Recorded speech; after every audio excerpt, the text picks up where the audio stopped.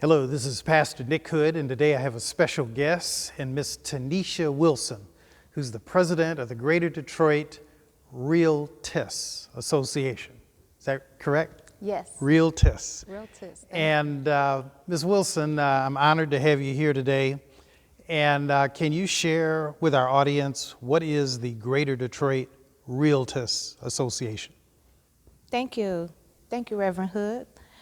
I am Tennitia Wilson, the president of the Greater Detroit Realtors Association, and we are one of 80 local chapters of the National Association of Real Estate Brokers, which was formed back in 1947 when blacks and minorities were not allowed to be realtors or practice real estate, sell it or buy it. And so our organization is still here after all these years, championing the rights of blacks and minorities to become homeowners. And it is our goal to increase black home ownership. We're celebrating fair housing and Realtors Week coming up in April. And we have a week long of activities where we will engage the community and bring awareness to black home ownership, to share the good news about the different programs and the opportunities to become a homeowner, to dig roots into the community and understand equity and the power that lies in it. So, Ms. Wilson, for somebody who's looking at this program today, they may be in an apartment, maybe they're in a house, but in either case, they're thinking about purchasing property, maybe selling property. What would you suggest? And how can they contact you and your organization? Thank you. Our organization has 76 members right now, and it is comprised of mostly brokers and agents. There are also lenders, title agents, insurance representatives, and inspectors, and everyone who's involved in the real estate process.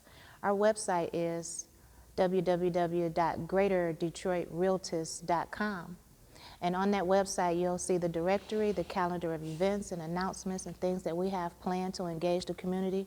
Our organization is made up of individuals who have the highest ethical practices and understand the challenges that our people have in getting approved. We understand that you don't wake up mortgage ready, and we have programs and workshops to help you get ready with credit counseling, appraisal counseling, rental counseling, and all the things you need to know to get ready to get approved for a mortgage and to go shopping and understand the different roles that people play in our industry and the different opportunities for down payment assistance, closing costs, different mortgage options such as FHA, conventional VA loans.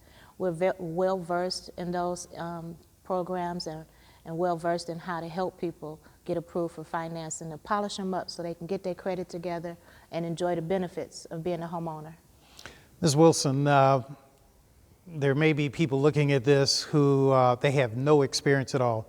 Could you give 1, 2, maybe 3 tips for the novice, the person who doesn't know a thing about real estate, but they know that they either want to buy or sell property? What 2 or 3 things would you tell people to think about? Well, one thing I would highly recommend is that you work with a licensed professional. That brings a level of accountability so that you know everyone is trained and skilled and accountable for their actions. When you deal with a licensed professional, you'll get better results. There are many people in our industry who engage in real estate who are not licensed. So it's okay to ask us, are you licensed? May I see your license? Visit their office. Another thing is to look at your credit. Look at it often. Annualcreditreport.com will allow you to see your credit report free once a month without any charge to see what's on it. The first step in fixing your credit is looking at it. And once you look at it, we can help you resolve it. Okay, that sounds like very sound advice. It's funny, my wife and I just paid off our house a couple years ago. Congratulations. I think we've been in the house now 32, 33 years. But what happened with us was we were living very well in the Orleans East apartments the first 5 years. But in the 5th year, she got pregnant and with our first child. And it's funny, we lived in a 2-bedroom apartment, one of the really nice ones there where the second bedroom is like elevated with a slanted roof. And it seemed so comfortable until that little baby came. He couldn't even walk, he couldn't talk, but he cut the space in half. and we knew then that we had to start looking. So we looked around, and we did not pick a realtor. You know, we were just looking around. Matter of fact, we started looking for other apartments, but the expense of another apartment was, in my mind, about what it would cost if we bought a house. Exactly. So I said, we need to do something where we can build some equity. So we found a house that we liked in the Berry subdivision area, but as it turned out, somebody else beat us. You know, their offer came in before ours. So I told my dad about it, and told him how disappointed I was. And he said, well, you know, I have a colleague. I don't know if you know this. You look kind of young, so you may not know this, but my father used to be on the Detroit City Council. Oh, yes, sir. Everyone knows that. Oh, they do? Yes. Okay. Even a young person like yourself? Yes, sir. Okay, well, he was on the Detroit City Council. He was the only black person there in 1965, and that's when he got elected. And so he went through many electoral cycles. But by 1982, when we wanted to buy a house, I told him how disappointed we were that we, you know, were beaten out by another bidder for the house we really wanted on the street. And he told me, he said, you know, I have a colleague, David Eberhard. He said, my colleague lives there, and maybe he'll know something. He talked to Eberhard, and because this is another way to buy a house. Eberhard said, well, you know, the house next door to me is for sale, but it's not on the market. There's no sign, so we had no clue that the house was even available. And frankly, from my opinion, it's a better house than the one we were bidding on. And so Eberhard set up a meeting with the owner, who was a widow, Ruth Green. She's 80 years of age.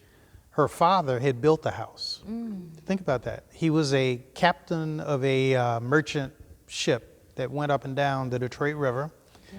This guy built the house, had it built, and then he and his wife died, and then the woman, his daughter, the 80-year-old lady, is who we bought the house from. And so we had a little meeting. We sat down with her. Eberhard was there. My father was there. My wife and me. So we're all sitting there in the ladies' living room.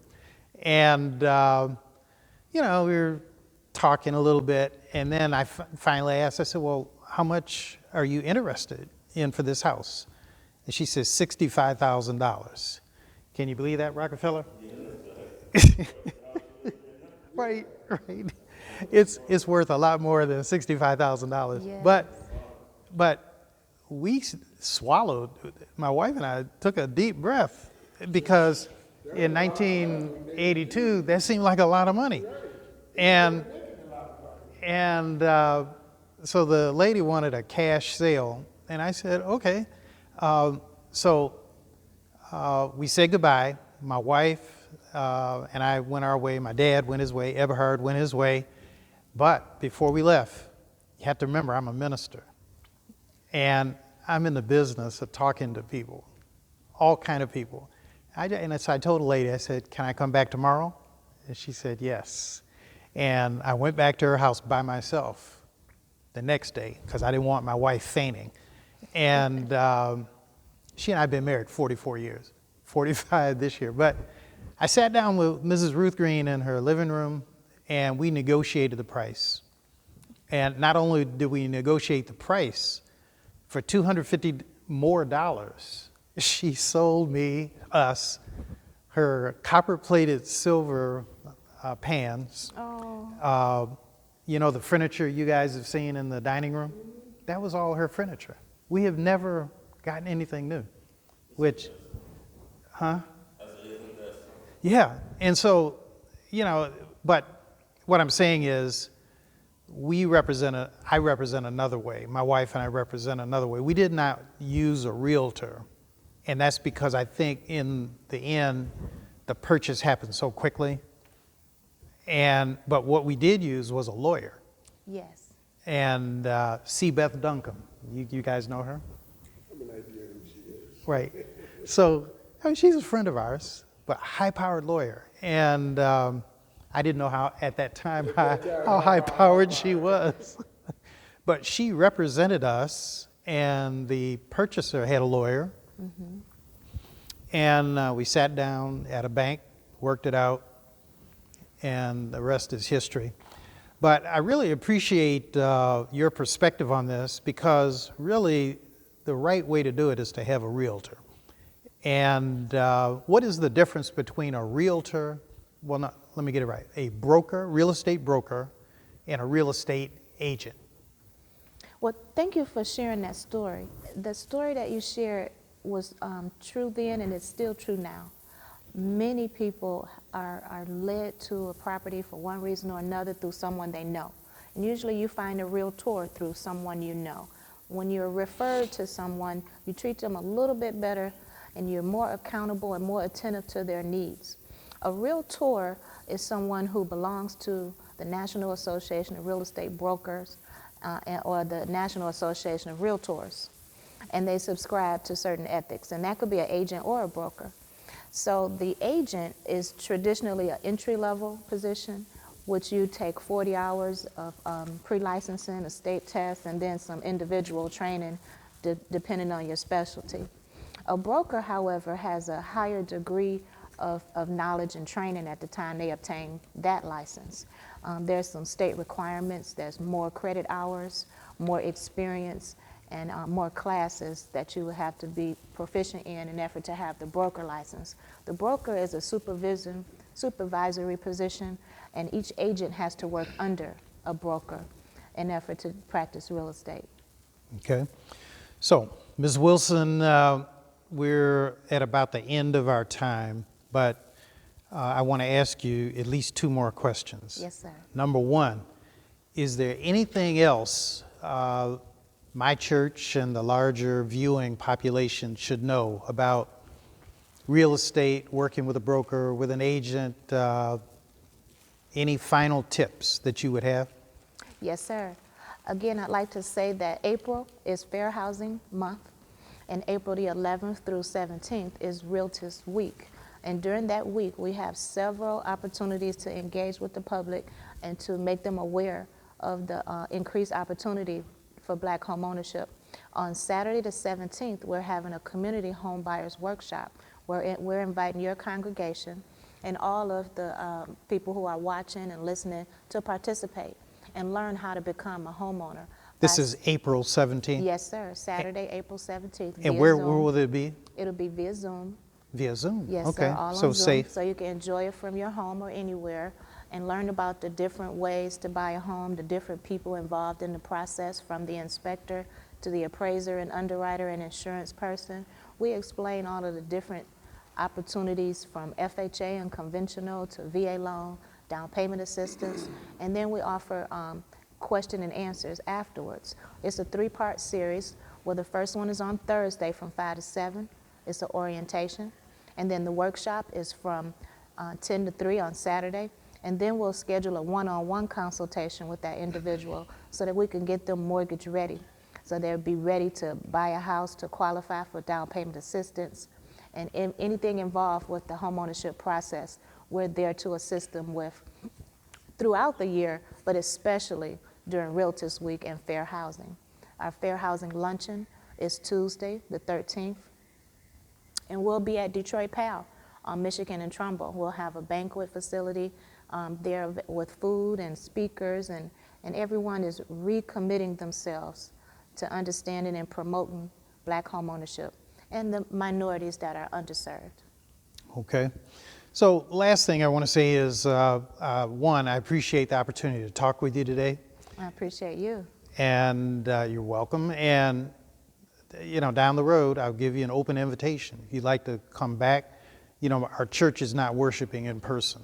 I understand. But we, believe it or not, we're actually getting more views from what we're doing right now than our Sunday morning worship, which is kind of astounding to me.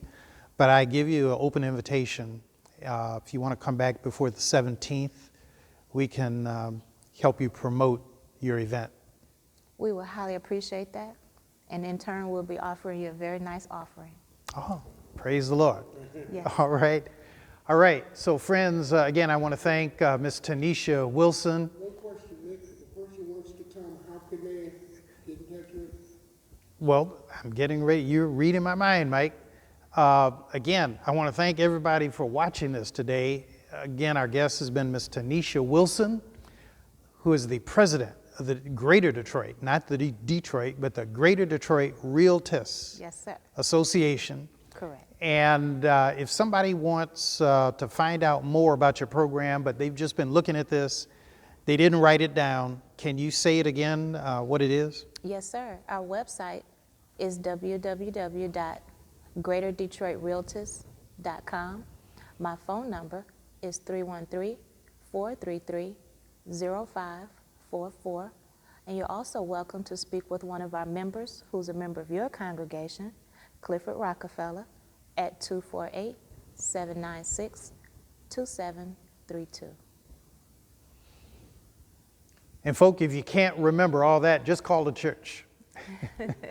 Just call the church, 313-831-2460. If you can't remember that, just remember the name of the church, Plymouth United Church of Christ, and we will steer you toward Miss Tennitia Wilson, president of the Greater Detroit Realtors Association.